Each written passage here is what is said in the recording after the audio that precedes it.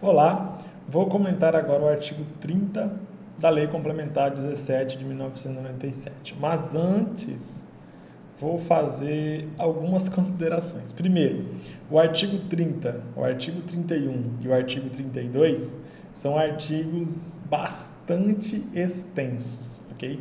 Porque eles listam as competências do Tribunal Pleno, tá? Beleza. Antes de ler e interpretar cada um dos incisos e alíneas do artigo 30, eu tenho que fazer uma pequena observação. O Tribunal Pleno, ele é um tribunal, ele é um órgão julgador do Tribunal de Justiça que ele tem três tipos de competência, três espécies de competência. Ele pode praticar vários atos, exercendo aí a sua competência, que pode ser de três formas diferentes. Temos a competência do Tribunal Pleno em processo legislativo para a criação de leis, tá? Que é esse item 1 aqui.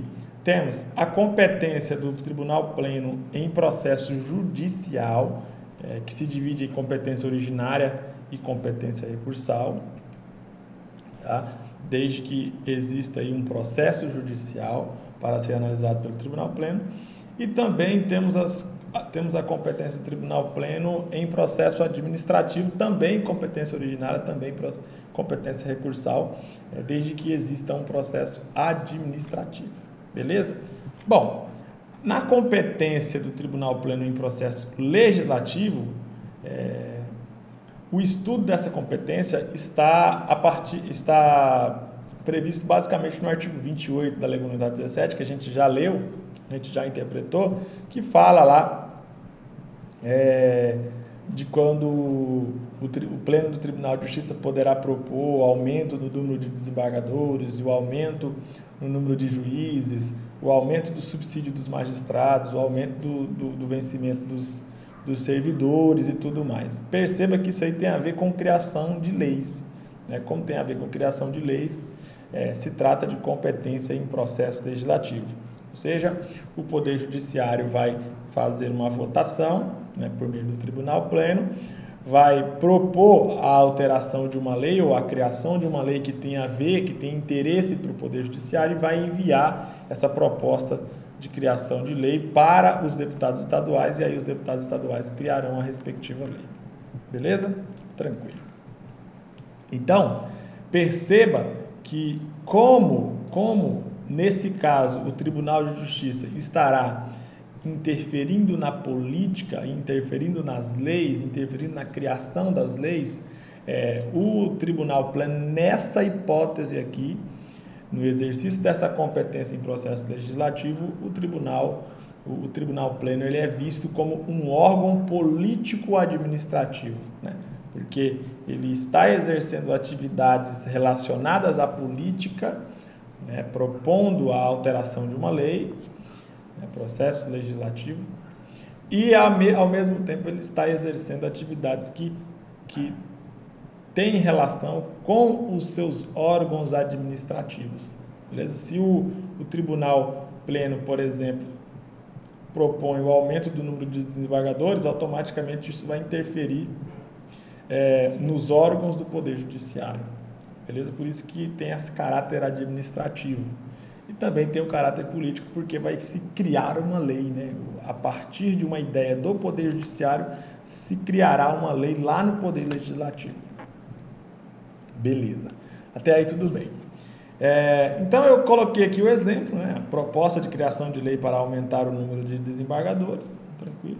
Isso aqui é uma competência em processo legislativo que a gente já estudou no artigo 28 da Lei Complementar 17. Beleza. O Tribunal Pleno também tem competência em processo judicial. Pode ser uma competência originária, quando o processo judicial inicia diretamente no Tribunal Pleno, ou pode ser uma competência recursal, quando o Tribunal Pleno vai pegar o processo depois que alguém já fez o julgamento naquele processo. Beleza? Então, competência originária é quando o tribunal... Competência originária é aquela competência em que o tribunal pleno, competência originária do tribunal pleno em processo judicial é aquela competência em que o tribunal pleno vai proferir um julgamento e esse vai ser o primeiro julgamento do caso levado ao Poder Judiciário, ou seja, o processo vai iniciar diretamente no tribunal pleno, por isso que é originariamente iniciada no tribunal pleno, daí o nome competência originária. Agora, a competência recursal do tribunal pleno em processo judicial já é um pouco diferente. O processo somente chegou no âmbito do tribunal pleno depois de um recurso, né? Então, na verdade, o tribunal pleno estará julgando um recurso, tá? É bem diferente uma situação da outra, né? O processo ele inicia em algum outro órgão judiciário e aí esse órgão judiciário faz um julgamento do caso e a pessoa interessada ingressa com um recurso ao tribunal pleno e aí sim o tribunal pleno vai julgar aquele caso, mas não é a primeira vez que o caso estará sendo julgado. Por isso que é a competência recursal, porque o tribunal pleno, na verdade, estará julgando o recurso, tá? Beleza? Ok. Então perceba que nesse caso o tribunal pleno estará resolvendo, né, estará realizando aí a resolução de conflitos das pessoas que vivem no mundo real, ok? Da Maria, do João, do Pedro e etc. Nesse caso, o tribunal pleno ele não é um órgão administrativo nem um órgão político, ele é um órgão judiciário. Nesse caso, ele é especificamente um órgão que está exercendo jurisdição, por isso que ele é um órgão judiciário. Ok. Aí eu coloquei vários exemplos aqui, ó, ações judiciais, mandado de segurança, ação de mandado de segurança, ação de habeas corpus, ação de direta de inconstitucionalidade. Eu posso colocar aqui também ação de habeas data, ok? Então, vários tipos de ações judiciais que poderão aí ser discutidos. Mas vou tirar esse habeas data. Deixa eu tirar esse habeas data aqui. Coloca só habeas corpus mesmo, ação direta de constitucionalidade, mandado de segurança, tá? Beleza. Agora, o terceiro tipo de competência do tribunal pleno é a competência em processo administrativo, né? Aí, aqui não tem nada a ver com o processo judicial, aqui o processo é administrativo. Normalmente, quando o tribunal pleno exerce essa competência, é alguma coisa relacionada ao próprio juiz que faz parte do Poder Judiciário ou ao próprio servidor que faz parte do Poder Judiciário, tá? Essa competência em processo administrativo é uma competência um pouco mais tranquila aí do Tribunal Pleno. Ela também pode ser originária e ela também pode ser recursal, né? É o mesmo raciocínio. Competência administrativa recursal é aquela competência pela qual o Tribunal Pleno vai receber um processo administrativo e vai julgar, vai fazer o primeiro julgamento daquele caso. Aí a competência administrativa originária, ou seja, o processo originariamente se iniciou no Tribunal Pleno. Agora, a competência administrativa recursal é aquela pela qual o Tribunal Pleno profere uma decisão administrativa, mas em um recurso que foi interposto contra a decisão de outro órgão administrativo. Tá? É bem assim, nítida a diferença entre a competência originária e a competência recursal. Ou seja, na competência recursal, o processo não iniciou originariamente no Tribunal Pleno. O processo foi iniciado em um outro órgão administrativo, esse outro órgão administrativo proferiu uma decisão e aí o Tribunal Pleno... Aliás, e aí a pessoa interessada interpôs um recurso e esse recurso foi para o Tribunal Pleno, proferiu, realizar um novo julgamento no caso, novamente, tá? Então, isso aí, essa é a diferença de competência originária e recursal. Beleza, até aqui tudo bem, né? Você já entendeu. Aí eu coloquei alguns exemplos aqui, ó. Obviamente, quando o Tribunal Pleno está exercendo essa competência em processo administrativo, o Tribunal Pleno ele está funcionando como um órgão administrativo, não é nem um órgão político, nem um órgão judiciário. Nesse caso, ele será um órgão administrativo. Então, lembre-se, o Tribunal Pleno ele tanto pode ser um órgão político, quanto pode ser um órgão administrativo, quanto também pode ser um órgão judicial. um órgão judiciário. Beleza? Nesse caso aqui de ser um órgão administrativo exercendo a competência em processo administrativo, o Tribunal Pleno aí vai analisar licenças de juízes e desembargadores, servidores, afastamento, férias e demissão de servidores e juízes e desembargadores. Ok? Então perceba que é mais assuntos administrativos ali internos do Poder Judiciário. Tá? Então, por exemplo, na competência administrativa, a competência em processo administrativo, o Tribunal Pleno não vai, por exemplo, analisar um processo de habeas corpus, um processo de mandado de segurança, uma ação judicial, não vai. Ele vai analisar processo administrativo. Tá bom? Beleza. Espero que você tenha entendido estas pequenas observações feitas antes de se mencionar o artigo 30 da Lei Complementar 17. Agora podemos aqui começar a falar do artigo 30 da Lei Complementar 17. Tá? Beleza. Então, primeiro vamos ler o inciso 1. Lembrando que o artigo 30 é bem extenso. Tá? Veja bem, ao Tribunal Pleno compete declarar pelo voto da maioria absoluta de seus membros a inconstitucionalidade de lei ou ato normativo do poder público, nos casos de sua competência originária e nos que para esse fim lhe forem remetidos pelos demais órgãos julgadores do tribunal. Bom, lembre-se, se você ler o artigo 125 da Constituição Federal, você verificará que a Constituição Federal diz que o Estado, cada um dos 26 estados, pode criar uma Constituição e criar uma lei falando que o Tribunal de Justiça poderá processar e julgar ações diretas de inconstitucionalidade. Beleza? Desde que sejam ações diretas de inconstitucionalidade contra leis municipais contrárias à Constituição do Estado e que seja contra leis estaduais contrárias à Constituição do Estado. Tá? Por quê? Por que o artigo 125 da Constituição Federal diz isso?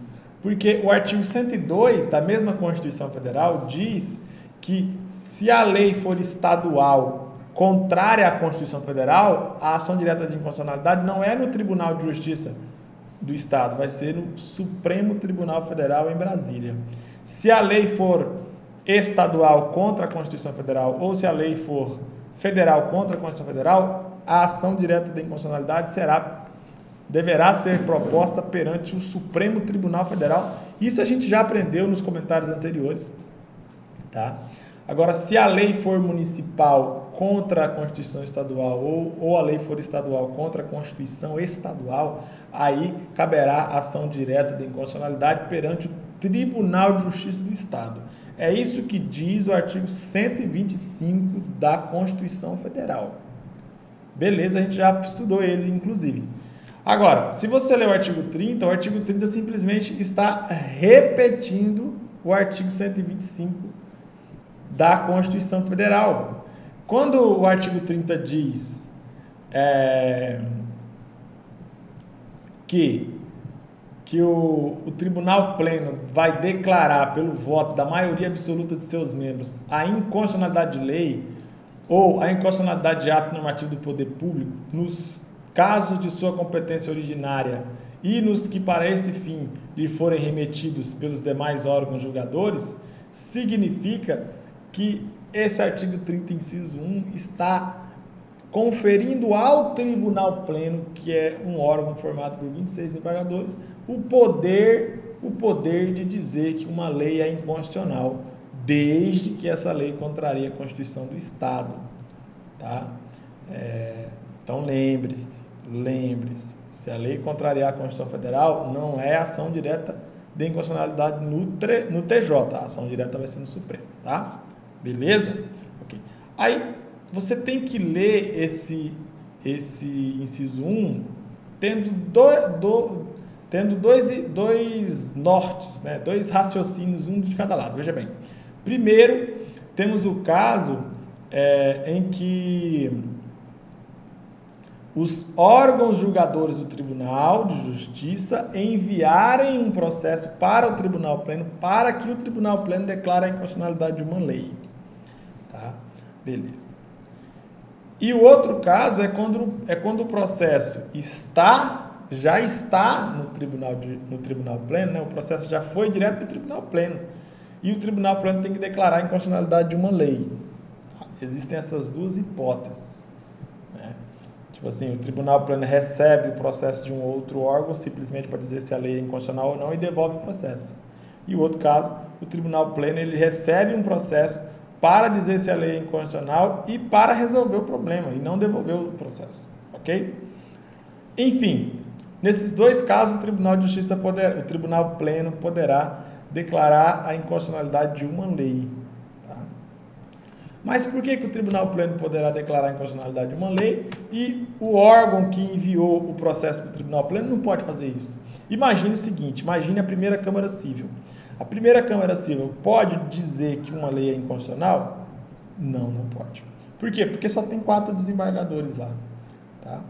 Se você ler a Constituição Federal, artigo 93 em diante, você verificará, artigo 92 em diante, você verificará que existe um princípio chamado princípio da reserva de plenário. O princípio da reserva de plenário diz que o Poder Judiciário pode declarar a inconstitucionalidade de uma lei, mas desde que seja por maioria absoluta dos seus membros. Deixa eu ver se eu acho aqui esse artigo para vocês. Está na Constituição Federal esse artigo.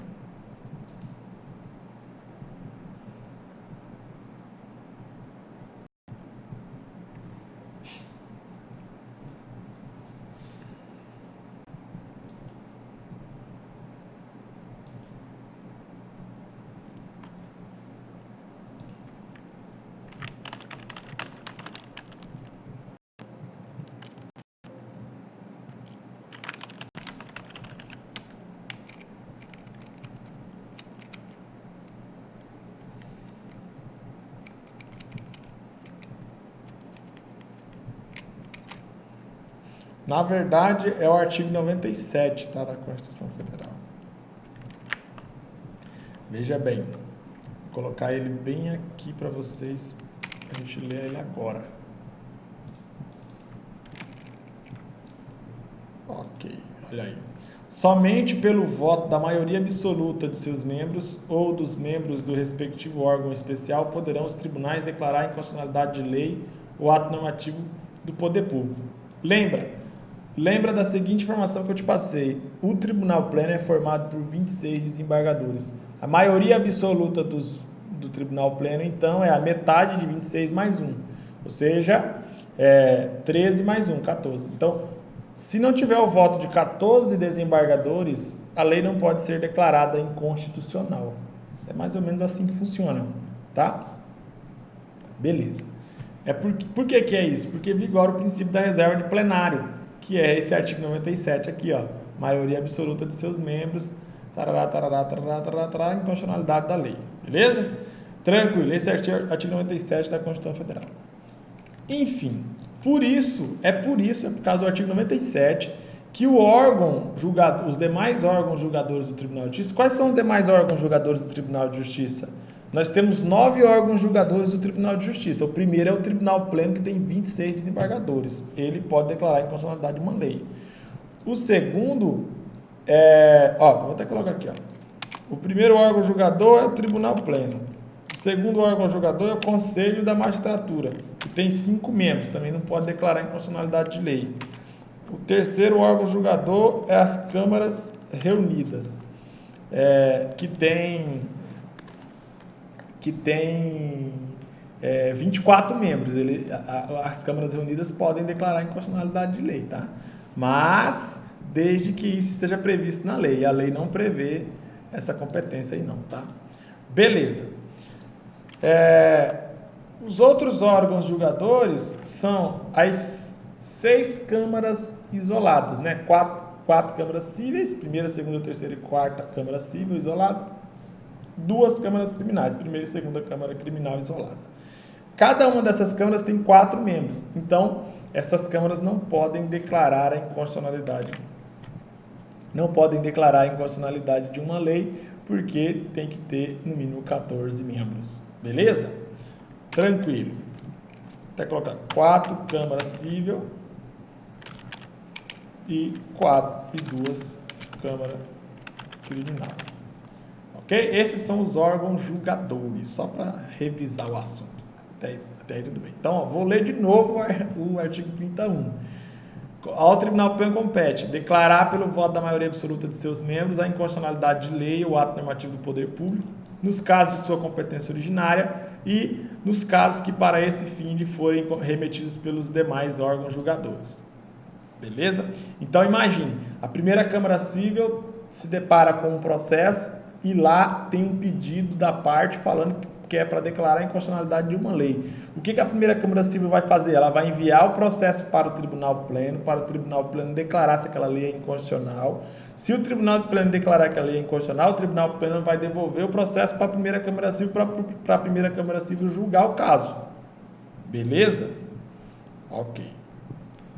Tipo assim, ó, por exemplo, vamos supor que o João ingressou com uma ação pedindo a nulidade do contrato porque, segundo ele, a lei na qual se baseou o contrato é inconstitucional. Ele fez um contrato e esse contrato, ele acha que esse contrato ele ficou prejudicado porque esse contrato ele é baseado em uma lei que é inconstitucional. Aí ele entra com a ação pedindo para o órgão judiciário declarar a inconstitucionalidade da lei e, consequentemente, declarar a nulidade do contrato.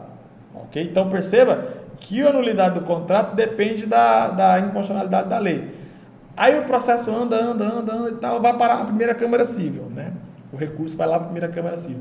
Aí a primeira Câmara Civil, ela tem 2 pedidos para analisar: a inconstitucionalidade da lei e a nulidade do contrato. Mas a primeira Câmara Civil não pode declarar a inconstitucionalidade de nenhuma lei. O que a primeira Câmara Civil faz? Envia o processo para o Tribunal Pleno declara a inconstitucionalidade da lei ou não. O Tribunal Pleno vai decidir isso, os 26 desembargadores.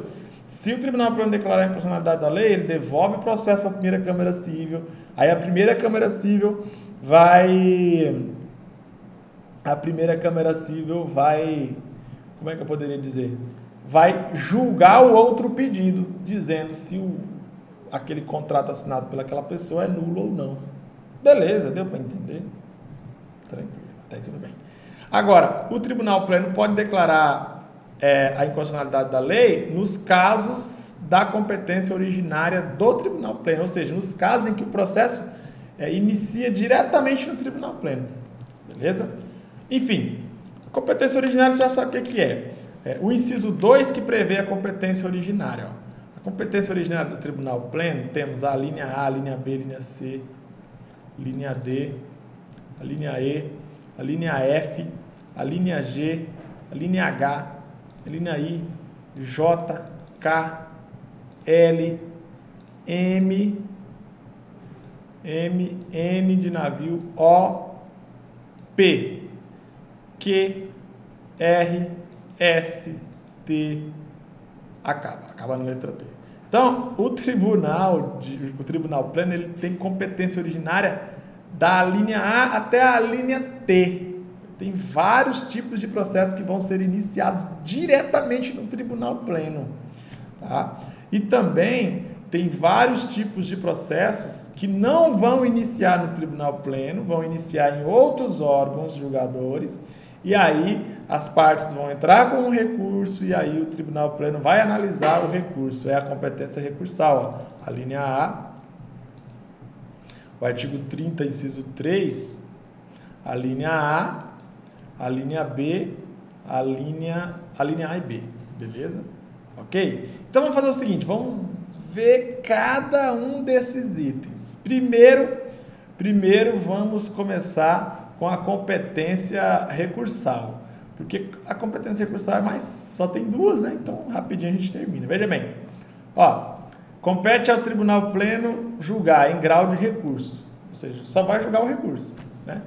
Os embargos infringentes opostos a acordos das câmaras reunidas em ações rescisórias e os recursos de despachos que não os admitirem. O que significa isso aqui? Significa que existe um recurso chamado embargos infringentes, tá? que pode ser interpostos contra acórdãos, né, das câmaras reunidas em ações rescisórias, e também existe recursos de despacho que não admitir ação rescisória. É mais ou menos o seguinte, nós temos 9 órgãos julgadores. O órgão superior de todos é o Tribunal Pleno. Beleza. Aí, vamos imaginar que existe um processo, uma ação rescisória, lá nas câmaras reunidas, que tem 24 desembargadores, né? Aí, vamos imaginar que as câmaras reunidas profiram um acórdão, né? Assinam um acórdão lá, falando que a ação rescisória é improcedente. Alguma coisa do tipo. Tá? Imagine que as câmaras reunidas profiram uma decisão chamada acórdão em uma ação rescisória. Aí a parte ingressa com um recurso de embargos infringentes. Esses embargos infringentes serão julgados pelo Tribunal Pleno. Porque o inciso alineado, o inciso 3 do artigo 30 determina dessa forma. Tá? A mesma coisa são os recursos de despachos que não admitir os embargos infringentes. Beleza? Então, imagine, a parte ingressa com embargos interpõe embargos infringentes, contra um acordo da Câmara Reunida, esse embargo será da competência do Tribunal Pleno. Beleza. Agora imagine que a parte interpõe embargos infringentes contra acórdão da Câmara Reunida, e a Câmara Reunida, quando vai receber esse embargos infringentes, diz o seguinte: não, aqui não cabe embargos infringentes, vou negar seguimento ao seu recurso. Perceba que a Câmara Reunida proferiu um despacho indeferindo o segmento, impedindo que os embargos infringentes tivessem andamento. Aí o que acontece? A parte pode entrar com um recurso contra esse despacho que indeferiu o segmento do recurso de embargos infringentes. Olha a loucura. Aí esse recurso contra o despacho será analisado pelo Tribunal Pleno também. Beleza? Até aí tudo bem. Agora vamos para a linha B. Compete ao Tribunal Pleno julgar em grau de recurso os agravos de despachos do presidente que, em mandado de segurança, ordenarem a suspensão da execução de medida liminar ou de sentença que houver concedido. Veja bem, agravos de despacho do presidente serão julgados pelo Tribunal Pleno, presidente do Tribunal de Justiça. Tá? Então, o presidente do Tribunal de Justiça proferiu um despacho, tá? Que, em mandado de segurança, ordenou a suspensão da execução de medida liminar.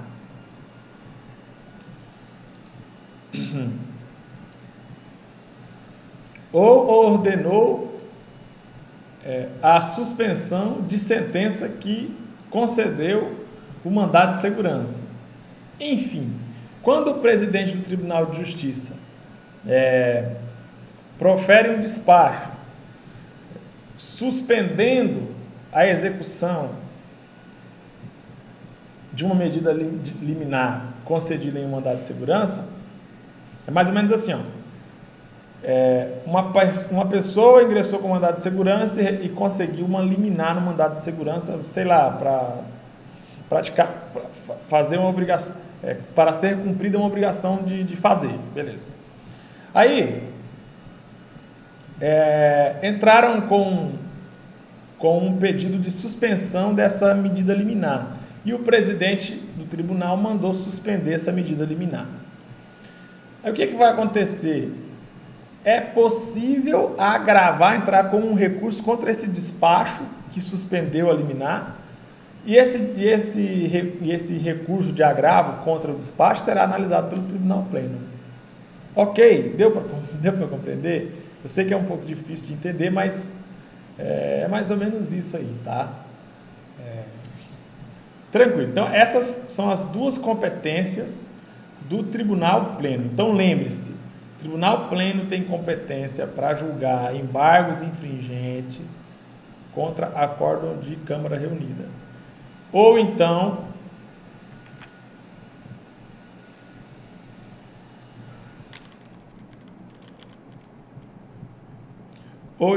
o Tribunal de Justiça também tem competência para julgar os recursos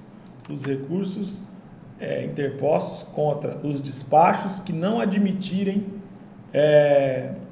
os embargos infringentes. Esse recurso contra o despacho que não admitiu os embargos infringentes é o famoso recurso para destravar os embargos. Tipo assim, o cara interpôs um recurso de embargos e o recurso de embargos foi travado pelo despacho que indeferiu o segmento. Aí é possível entrar com um recurso contra esse despacho para destravar os embargos infringentes. É o famoso recurso para destravar os embargos infringentes. Ok? Beleza. Tá. Aí vem a segunda competência, agravo contra despacho do presidente. Então lembre-se,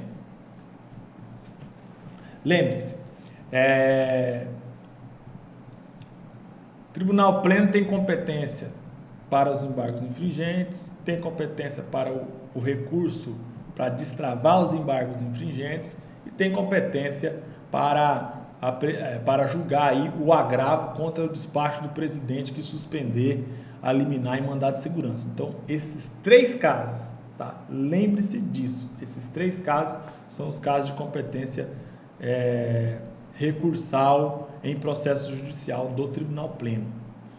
Aí vem o parágrafo único do artigo 30. Veja bem. O mandado de segurança, o habeas data, o habeas corpus e o mandado de injunção da competência originária do Tribunal de Justiça terão prioridade de julgamento. Bom, isso aqui, doutores, é importante, tá? Isso aqui, ó. Na verdade, muita gente já sabe disso, mas lembre-se disso.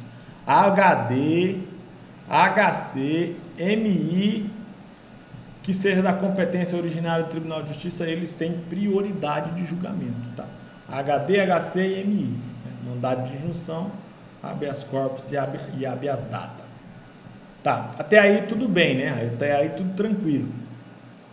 Então você já aprendeu o que vem a ser a competência recursal em processo judicial, né, do Tribunal Pleno. Okay? Agora vamos aprender a linha A até a linha T do inciso 2, que falam da competência originária do Tribunal Pleno. Veja bem, vamos voltar aqui devagar. Né? Ó, compete ao Tribunal Pleno processar e julgar originariamente, competência originária. O que compete ele? Inciso 1, a linha A, quer dizer, as representações de inconstitucionalidade de leis ou atos normativos estaduais e municipais contestados em face da Constituição Estadual. Aqui é a famosa ação direta de inconstitucionalidade. Vou até colocar aqui, ó, ação direta de inconstitucionalidade perante o TJ. Tá? Então, lembre-se, vou repisar a informação aqui, porque é muito relevante. De acordo com o artigo 102, inciso 1, a linha A da Constituição Federal, que a gente já viu em comentários anteriores, de acordo com esse artigo da Constituição Federal, a lei federal contrária à Constituição Federal ou a lei estadual contrária à Constituição Federal, esses dois tipos de lei podem ser derrubadas por meio de uma ação direta de inconstitucionalidade no Supremo Tribunal Federal, no STF, em Brasília. Beleza? Ok. Agora, se a lei estadual contrariar a Constituição do Estado do Amazonas, ou se qualquer lei municipal contrariar a Constituição do Estado do Amazonas, perceba, não está contrariando a Constituição Federal, está contrariando a Constituição do Estado do Amazonas. Aí, nesse caso, a ação direta, chamada de ADIM, ou ADI, ou ADI, né? A ADIM não será lá no STF em Brasília, a ADIM vai ser no TJ em Manaus, no TJM, ok? E qual é o órgão julgador do TJM que vai julgar essa ADIM? É o Tribunal Pleno. Por quê? Porque está prevista essa competência no artigo 30, inciso 2, a linha A, que a gente acabou de ler, doutores. Tá? Veja bem que está escrito expressamente aqui, ó. leis ou atos normativos estaduais e municipais contestados em face da Constituição Estadual, ou seja, leis estaduais ou municipais contrárias à Constituição Estadual do Amazonas. Beleza? Eu coloquei aqui, né, para ficar mais claro, ação direta de inconstitucionalidade. Eu vou grifar a linha A, porque essa linha A já caiu na prova. Beleza? Ok. Agora vamos para a linha B. Compete ao Tribunal Pleno processar e julgar originariamente as representações para intervenção em municípios. Isso aqui existe a intervenção federal, né, da União nos estados e tudo mais, que já aconteceu diversas vezes, inclusive. E também existe a intervenção do estado do Amazonas nos municípios, nos 62 municípios do estado do Amazonas. Beleza? O governo do estado vai interferir aí no governo dos municípios. Existe essa hipótese? Existe. E de quem é a competência para processar e julgar a representação para intervenção em municípios? É a competência do Tribunal Pleno. Beleza? Competência originária do Tribunal Pleno. Vamos para a linha C. Competência originária do Tribunal Pleno para processar e julgar habeas data e mandado de segurança contra atos do governador do estado, contra atos do vice-governador do estado, contra atos da mesa diretora e da presidência da Assembleia Legislativa. Tipo assim, ato do governador todo mundo sabe o que é, todo mundo sabe quem é o governador. Né? Vice-governador todo mundo também sabe o que é vice-governador. Mesa diretora e presidência da Assembleia Legislativa, aí já é outra história. A Assembleia Legislativa do Amazonas tem vários deputados. Tá? Alguns desses deputados vão fazer parte da mesa diretora. Tá? Ou seja, vão mandar na Casa dos Deputados Estaduais. Tá? Beleza? Temos o presidente dos deputados, o presidente da Assembleia Legislativa, que é o chefe máximo lá dos deputados estaduais. E temos a mesa diretora, que é formada pelo presidente, é formada pelo vice-presidente, é formada pelos secretários, formado por vários deputados que são eleitos para fazer parte aí da direção da Assembleia Legislativa. Então, tanto a presidência da Assembleia Legislativa quanto a mesa diretora da Assembleia Legislativa, os atos praticados por essas autoridades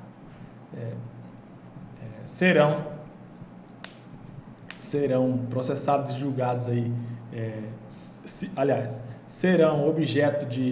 poderão ser objeto de mandado de segurança ou de habeas data, e esse habeas data e esse mandado de segurança será julgado perante o Tribunal Pleno, porque essas autoridades têm foro por prerrogativa de função. Tá? Também temos aqui o ato do presidente e dos conselheiros do Tribunal de Contas. Beleza. E também temos o ato do Procurador-Geral de Justiça, que é o chefe do Ministério Público, e o ato do Corregedor-Geral de Justiça, que é um desembargador, né, que é um órgão diretivo do Tribunal de Justiça, Corregedor-Geral de Justiça. E também um ato do Ministério Público, um ato do Procurador-Geral do Estado, que é o chefe da Procuradoria-Geral do Estado, né, o advogado do Estado, o ato do Defensor Público-Geral do Estado e o ato do próprio Tribunal do Amazonas. Tá? Qualquer desembargador do Tribunal do Amazonas. O ato do presidente do Tribunal do Amazonas, ato do vice-presidente do Tribunal do Amazonas e ato do Corregedor-Geral do Corregedor-Geral de Justiça. Beleza? Ok.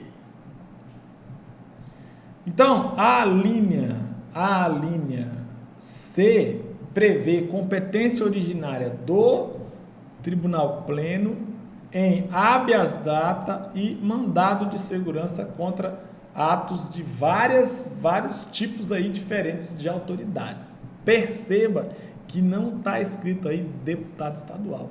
Quando um deputado estadual pratica um ato, quando um deputado estadual pratica um ato sozinho, esse ato pode ser atacado por mandado de segurança ou habeas data, mas não será da competência do tribunal pleno. Tá? Por quê? Porque se você analisar bem aqui,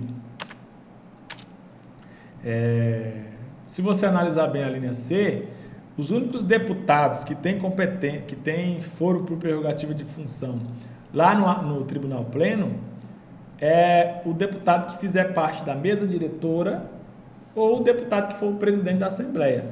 Simples assim. Então, nem todos os deputados fazem parte da mesa diretora, tá?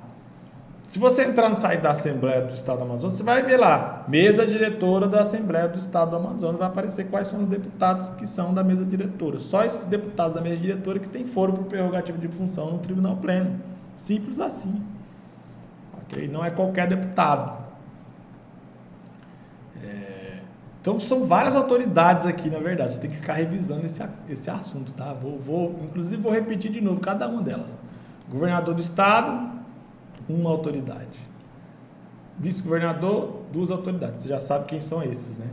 Mesa diretora da Assembleia Legislativa, terceiro tipo de autoridade. Presidência da Assembleia Legislativa, quarto tipo de autoridade. Esses aqui, ó, mesa diretora e presidência, são alguns dos vários deputados que tem na Assembleia. Ato do presidente do Tribunal de Contas, outra autoridade. Ato dos conselheiros do Tribunal de Contas, outra autoridade. São vários os conselheiros, qualquer um dos conselheiros, tá? Outra autoridade. Foram mais de 5 autoridades aí, ó.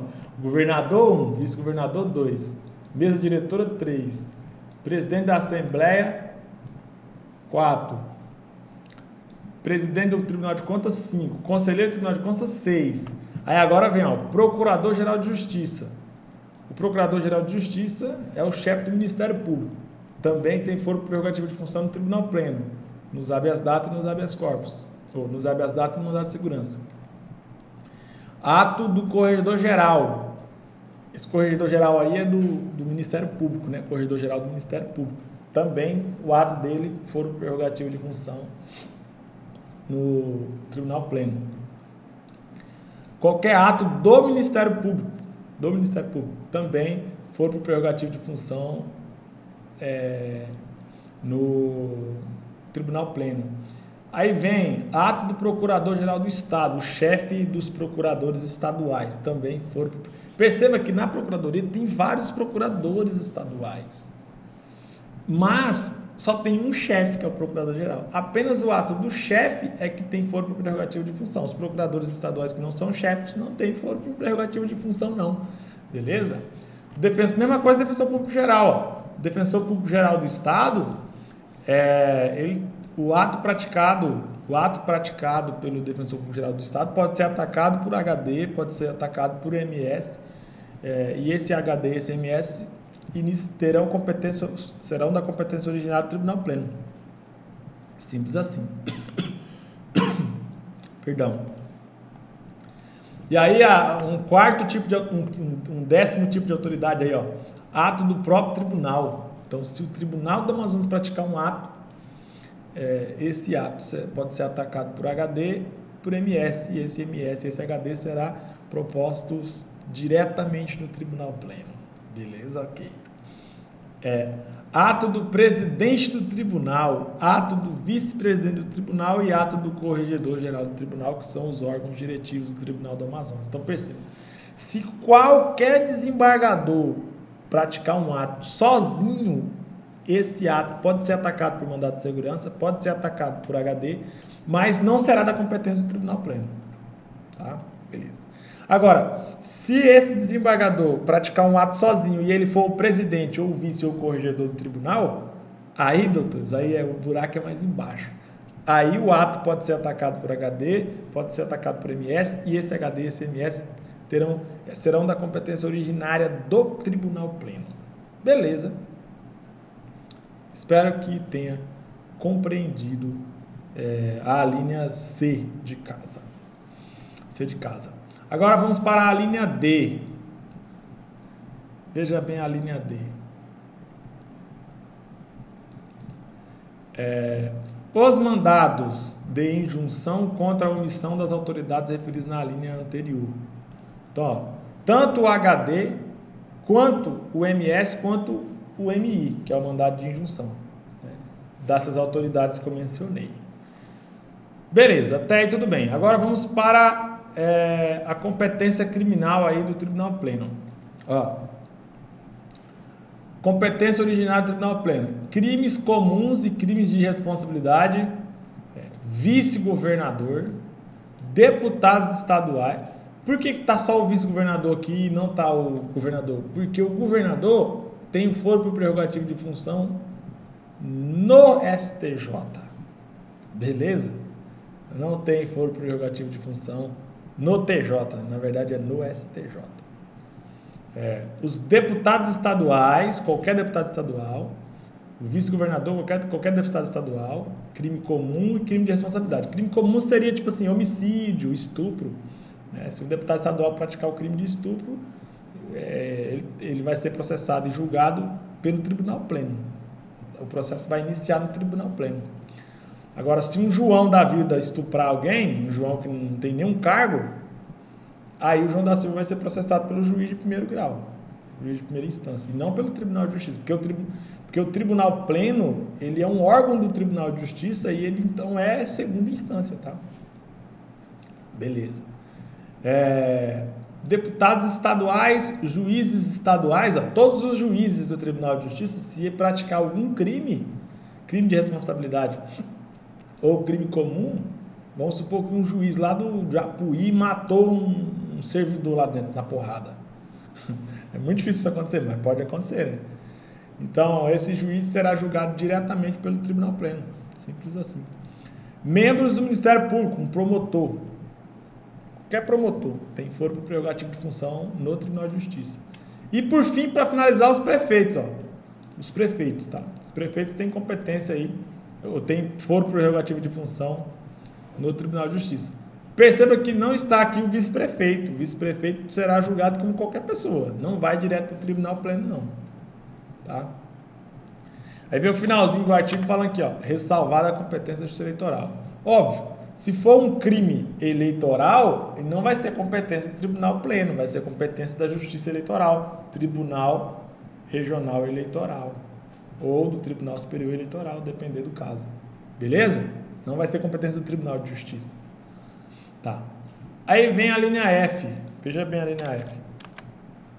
Crimes é competência do Tribunal Pleno, competência originária. Crimes contra a honra em que forem querelantes quaisquer das pessoas referidas na linha B. A linha B é aquele murundu de gente, né, que eu já tinha falado. Então, perceba só.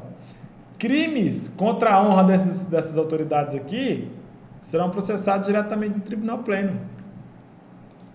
Habeas data, MS e MI contra atos dessas autoridades aqui serão processados diretamente no Tribunal Pleno.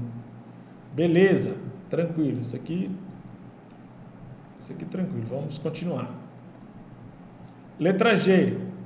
Os habeas corpus nos processos cujos recursos forem de sua competência ou quando o coator ou paciente for autoridade diretamente sujeita à sua jurisdição. O que significa isso aqui?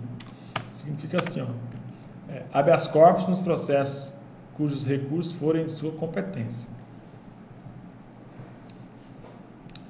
Ou quando o coator ou paciente for autoridade diretamente sujeita à sua jurisdição. Então, aqui, a gente aprendeu que o Tribunal Pleno tem competência recursal. Ok? Beleza.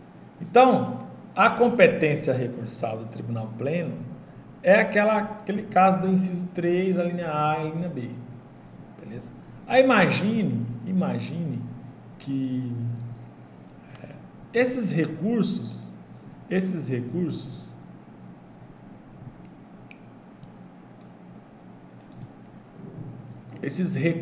aí,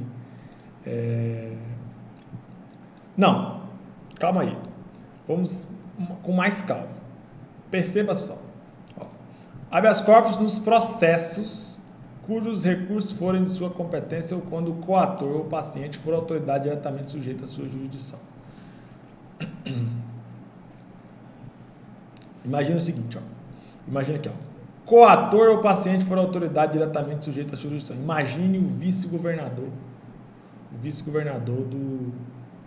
do estado do Amazonas. O vice-governador do estado do Amazonas é coator em um ato, ou seja, o vice-governador do estado do Amazonas pratica um ato que impede a liberdade de ir e vir e permanecer do João, cidadão comum.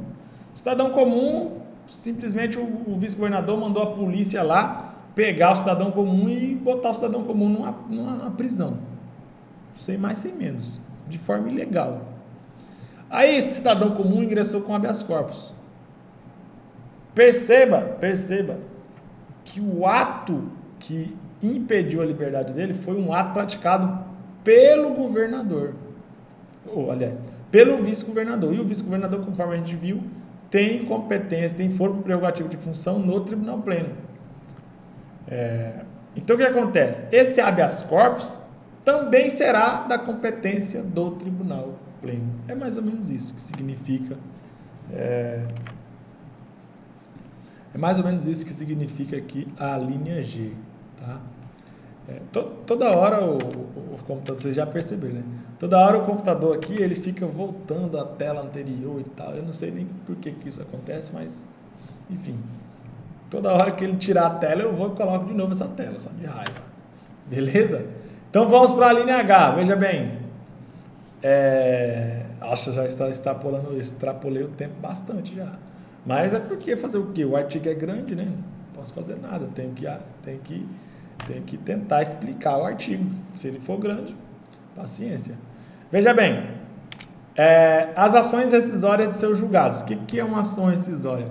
A ação rescisória é tipo assim, imagine que o tribunal pleno, ele julgue um caso, o próprio tribunal pleno julgou um caso, e aí, de repente, transitou em julgado, não cabe mais nenhum recurso. E esse caso é tipo assim, João tem que pagar 20 mil para Maria, porque João praticou o ato tal. João praticou o ato tal, tem que pagar 20 mil. Beleza? Beleza. Aí vamos supor que passou um ano, depois que acabou todos os recursos, passou um ano, João perdeu, né? João vai ter que pagar os 20 mil. Passou um ano e o João descobriu uma prova que ele ainda não sabia dessa prova. Ele descobriu um vídeo, ele descobriu uma fita que gravou um vídeo, a câmera gravou, que no dia dos fatos, João estava fazendo uma coisa que não tinha nada a ver com Maria. Tipo assim, João estava em uma cidade, Maria estava em outra. Tá? E aí o processo, a decisão do tribunal pleno, tinha se baseado em uma conduta praticada, vamos supor assim, uma conduta praticada por João em Manaus, sendo que nesse dia João sempre esteve em Iranduba. E aí João consegue um vídeo provando que ele sempre esteve em Iranduba nesse dia. Ou seja, é uma prova muito forte, que ninguém sabia dessa prova ainda. É possível o João derrubar a decisão que mandou ele pagar 20 mil, porque realmente ele não devia pagar os 20 mil, porque ele não fez nada contra Maria. Só um exemplo. Né? É possível o João entrar com um processo, entrar com uma ação? Sim, o nome dessa ação é ação rescisória, porque vai rescindir a decisão que condenou ele a pagar 20 mil. Por isso que é rescisória, a ação rescisória. É 2 anos que o cara tem. Depois que transita em julgado, o cara tem 2 anos para tentar derrubar a sentença. Beleza? A ação rescisória não é um recurso. A ação rescisória é um novo processo, é uma ação, não um recurso. Tá? Beleza. Então, se o caso for julgado pelo próprio tribunal pleno, então a ação rescisória para derrubar esse julgado do tribunal pleno será uma ação rescisória que deverá ser julgada pelo próprio tribunal pleno. Mais ou menos isso. A linha I de Ítalo. Competência originária em processo judicial, competência originária do tribunal pleno. revisões criminais nos processos de sua competência. A revisão criminal tem o mesmo raciocínio da ação rescisória. Tá? A maior diferença entre a ação rescisória e a revisão criminal é que a ação rescisória, a pessoa tem 2 anos para entrar com a ação rescisória depois que transita em julgado a sentença. Né? A ação rescisória tem natureza civil, é para processo civil. Tá? A revisão criminal é o mesmo raciocínio da ação rescisória, só que é para processo criminal. No entanto, a outra diferença é que a revisão criminal não tem prazo para você entrar com a ação. Então, imagine um exemplo. Imagine que João foi condenado por um crime que aconteceu em Manaus, e aí o processo foi para o tribunal pleno e tal, Vou citar um exemplo bem concreto, um exemplo mais top para você. Veja bem, imagine um vice-governador que matou Maria. O vice-governador matou Maria, é uma pessoa comum do povo, o vice-governador foi lá e meteu bala em Maria. Matou Maria. O vice-governador, tá? O vice-governador. Beleza? Okay. Aí, o vice-governador conseguiu implantar provas que condenariam o prefeito do município de Manaus, que os dois eram amigos, né? Os dois tinham contato, e aí o vice-governador conseguiu implantar provas aí provando que foi o prefeito que matou Maria. Beleza? Aí vai o processo, se você ler aqui, ó, bem aqui, ó. Cadê? Ó. Prefeitos municipais em crimes comuns, o crime de homicídio é um crime comum. Então, se o prefeito municipal está sendo acusado de um crime comum, a competência é do tribunal pleno, beleza? Se o governador também, vice-governador, estiver sendo acusado de um crime comum, a competência é do tribunal pleno, beleza? Então, imagine que o prefeito da cidade foi acusado aqui. Na verdade, quem matou foi o vice-governador, mas o prefeito é que foi acusado. Tem prova contra o prefeito foi acusado. Beleza. Aí, o prefeito não conseguiu provar sua inocência e aí o prefeito foi condenado a 15 anos de cadeia. Beleza? 15 anos no xadrez. Aí o prefeito ficou desesperado e tal, contratou advogado, não sei o quê. Passou 10 anos. Não, passou aí 10 anos. Podia passar 20, 30, podia passar o tempo que fosse, mas passou 10 anos e o prefeito ficou preso. Só que aí os advogados do prefeito conseguiram encontrar um vídeo provando que quem matou Maria foi o vice-governador. O vice-governador meteu bala na Maria e a Câmara filmou tudo. Só depois de 10 anos que foi possível descobrir essa prova. Beleza? E os advogados descobriram também que tinha um vídeo, uma câmera, que filmou o prefeito no dia do crime, no horário do crime, tipo assim, 2 horas antes do crime, durante o crime e 2 horas depois do crime, a câmera filmou o prefeito e o prefeito estava na cidade do Rio de Janeiro nesse dia. Ou seja, o crime aconteceu em Manaus, o prefeito estava no Rio de Janeiro, como é que o prefeito vai estar no Rio de Janeiro e vai meter bala na mulher em Manaus? É impossível. Né? Mesmo se o prefeito comprar o melhor rifle do mundo, atirar lá do Rio, nunca que a bala vai chegar e atingir Maria aqui em Manaus, né? Beleza? Ok. Então, perceba que os advogados do prefeito conseguiram um vídeo provando que o prefeito estava no Rio de Janeiro, não estava em Manaus, o crime aconteceu em Manaus. E conseguiram outro vídeo provando que o vice-governador que meteu bala em Maria, atirou em Maria. Aí beleza, os advogados vão poder derrubar a sentença do juiz que condenou o prefeito, sendo que ele deveria ter condenado o vice-governador? Óbvio que pode. Nesse caso, como envolve a liberdade, não tem prazo, qualquer tempo. Mesmo se o prefeito já tivesse cumprido a pena, já tivesse sido solto, o prefeito poderia provar sua inocência por meio da ação da revisão criminal. Tá? Beleza. Aí, como Quem julgou o prefeito foi o tribunal pleno, então a revisão criminal será proposta no tribunal pleno também. Esse é o raciocínio. É a mesma coisa, mesmo raciocínio da ação rescisória. Beleza? Ok. Agora vamos para os embargos contra os acordos do tribunal pleno. Então imagine, o tribunal pleno proferiu um julgamento, um acórdão, e aí a pessoa entrou com embargos contra esse acórdão. Os embargos serão julgados pelo próprio tribunal pleno. Perfeito, tranquilo. Embargos é um recurso, tá? A linha K. A execução de sentença nas causas de sua competência originária, facultada à delegação de atribuições para a prática de atos processuais. O que significa isso aqui? De novo, você viu? De novo voltou a tela aqui, ó. A tela saiu sozinha. Enfim, né? A vida é cheia dessas coisas. Enfim, letra K, voltando aqui na letra K. Competência originária do Tribunal Pleno. A execução de sentença nas causas de sua competência originária, facultada à delegação de atribuições para a prática de atos processuais. O que significa isso aqui? Significa, imagine que o Tribunal Pleno ele condene o prefeito. Vamos supor que o prefeito matou alguém, o Tribunal Pleno vai lá, condena o prefeito, e além de condenar o prefeito, fala para o prefeito pagar uma multa aí pelos prejuízos causados, uma multa de 20 mil. Essa multa vai ser executada por meio de um processo, né? Aí, se o prefeito não pagar, vai entrar na conta bancária do prefeito e tudo mais.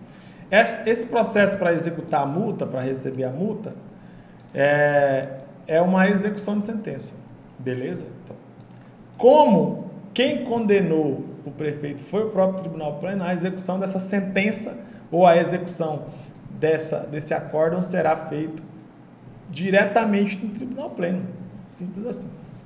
Ok? Não tem muita dificuldade aqui não. Beleza. É claro que esse finalzinho aqui, ó, facultada a delegação de atribuições para a prática de atos processuais. É possível que o Tribunal Pleno delegue algumas funções para os juízes de primeira instância, tá? Sei lá, vamos supor que precisa intimar o autor e o réu, ou então precisa ouvir alguém, sei lá. É possível que o Tribunal Pleno delegue essas funções para o juiz de primeira instância, que está mais acostumado com esse tipo de prática, né? Beleza. A linha L, reclamação para a preservação de sua competência e garantia da autoridade de suas decisões. Essa reclamação aqui não tem muito o que se falar dela.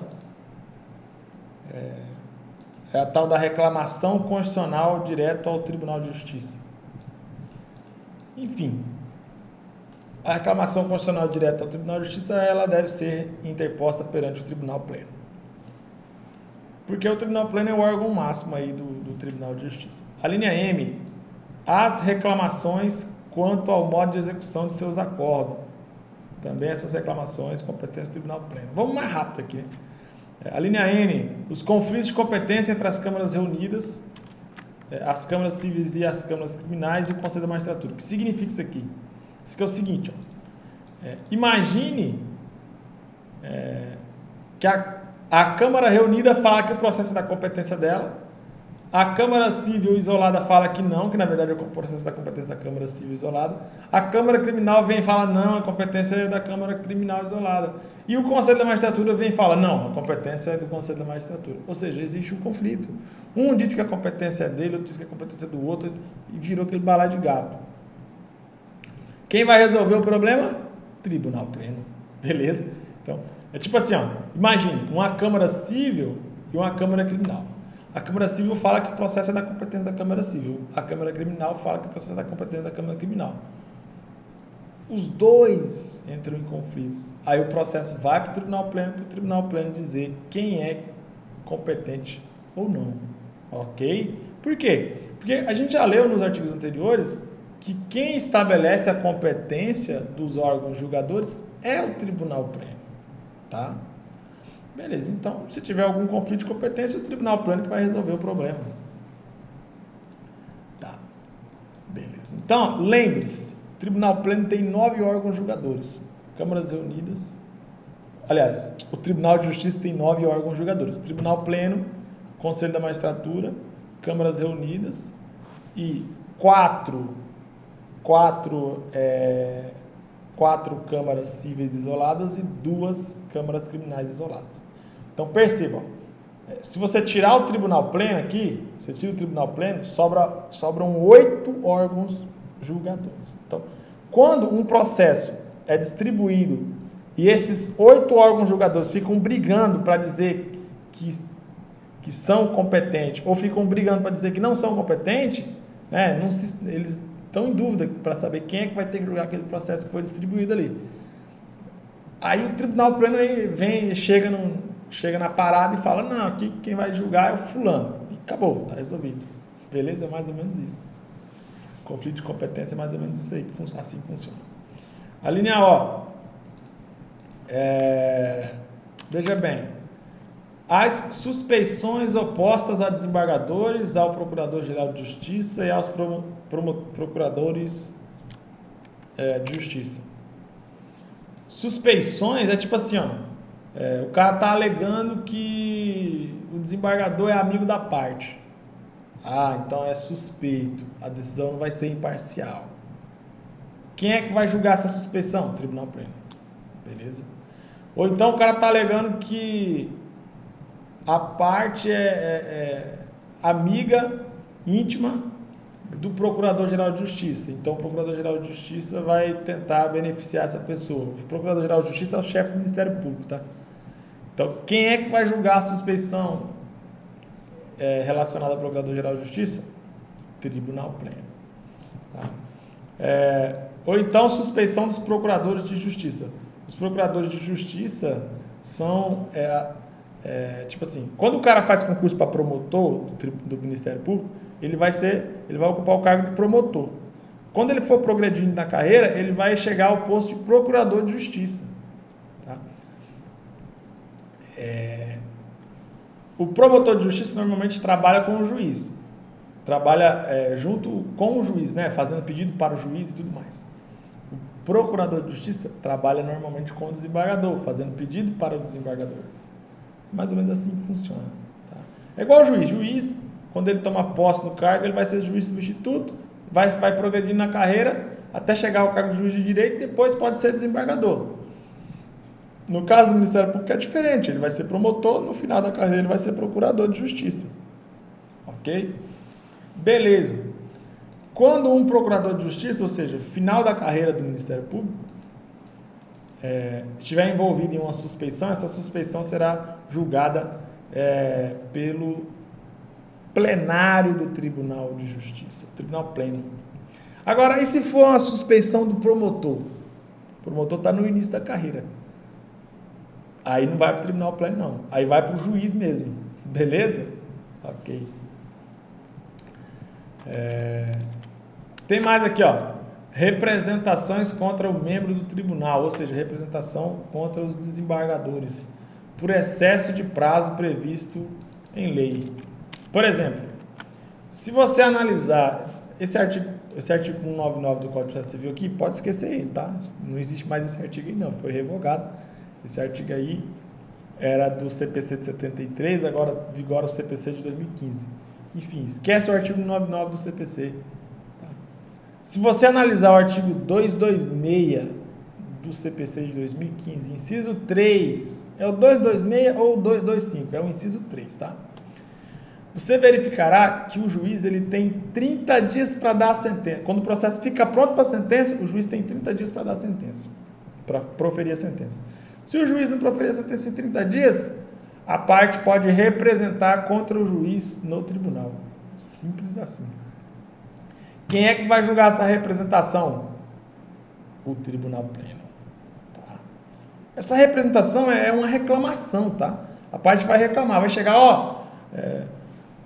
excelentíssimo senhor presidente do Tribunal Pleno, tal. Venho reclamar, representar, dizendo que o juiz extrapolou o prazo e não julga o meu caso. É isso que vai acontecer. E aí o Tribunal Pleno vai tomar as providências para mandar aquele juiz proferir a sentença, no caso ali, da parte. Beleza? É mais ou menos isso. A linha Q. Restauração de autos extraviados ou destruídos quando o processo for de sua competência. Então imagina um processo criminal contra o prefeito. Crime de homicídio contra o prefeito. É competência do tribunal pleno.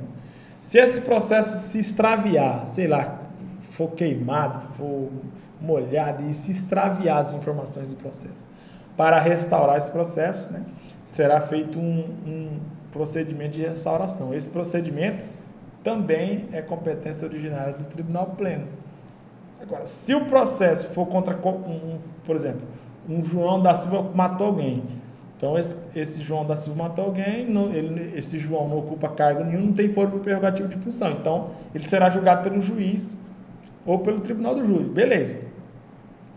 Se o processo dele for extraviado, a restauração desse processo não é da competência do tribunal pleno, é da competência do juiz lá de primeira instância. Tá? Não tem nada a ver aqui. Tá? Perceba que aqui está escrito, ó, restauração de autos quando o processo extraviado for da competência do tribunal pleno. Cuidado com isso, tá? A linha R, estamos quase chegando. Falta a linha R, a linha S e a linha T. Quase chegando no fim, tá? Calma, sossega. Veja bem. Os agravos ou outros recursos admissíveis de despachos proferidos nos feitos de sua competência pelo presidente do tribunal. Então, imagine que o prefeito está sofrendo aí um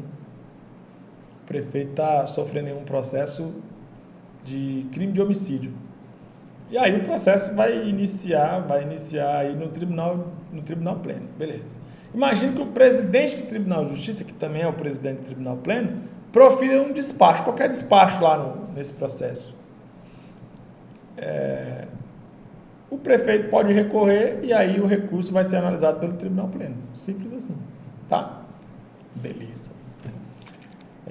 A linha S, as suspeições opostas ao juiz. Então, veja bem, aqui em cima a gente aprendeu suspeições contra os desembargadores, contra o chefe do Ministério Público, contra os procuradores de justiça. Essas suspeições serão julgadas pelo Tribunal Pleno, ok? Tudo bem. Agora, e se a suspeição for contra o promotor, aí não será julgado pelo Tribunal Pleno, será julgado pelo juiz. Mas e se a suspeição for contra o juiz de primeira instância? Aí, se a suspeição for contra o juiz, também será julgada pelo Tribunal Pleno, de acordo com a linha S. Tá beleza? Ok. Eu vou colocar aqui essa suspeição, vou negritar essas suspeições aqui, porque eu tenho uma intuição de que essas suspeições vai cair, tá, na prova. Beleza. Então,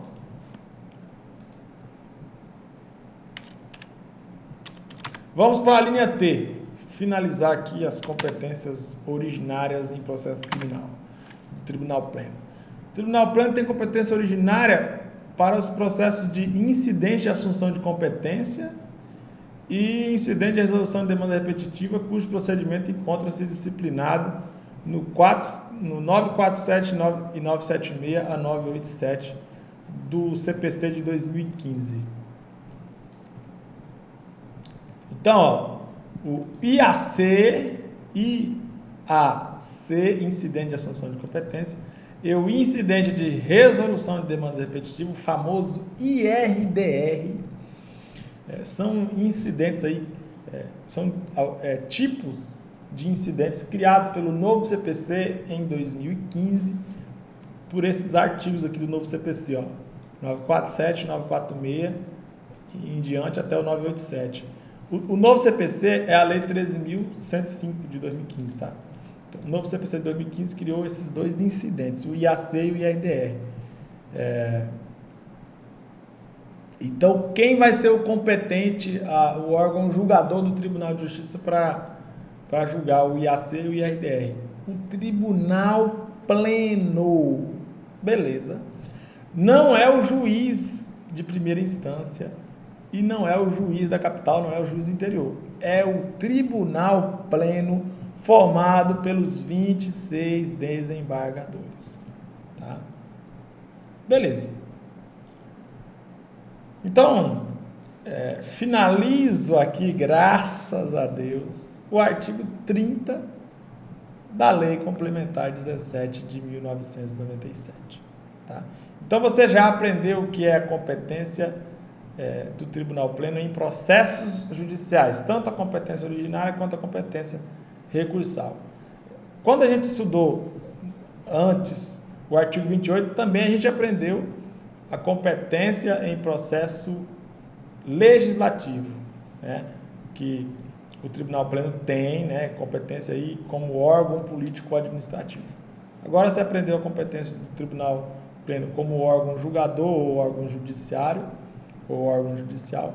E aí eu vou fazer uma pausa, daqui a pouco eu volto para comentar mais artigos da Lei Complementar 17 e eu vou falar também do artigo 32 da Lei Complementar, que fala da competência do Tribunal Pleno em processo administrativo, né? O Tribunal Pleno, nesse caso aí, seria um órgão administrativo. Temos tanto a competência originária como a competência recursal em processo administrativo, que a gente vai aprender no artigo 31 e no artigo 32. Por enquanto, fico por aqui. Daqui a pouco eu volto com mais comentários. Até logo.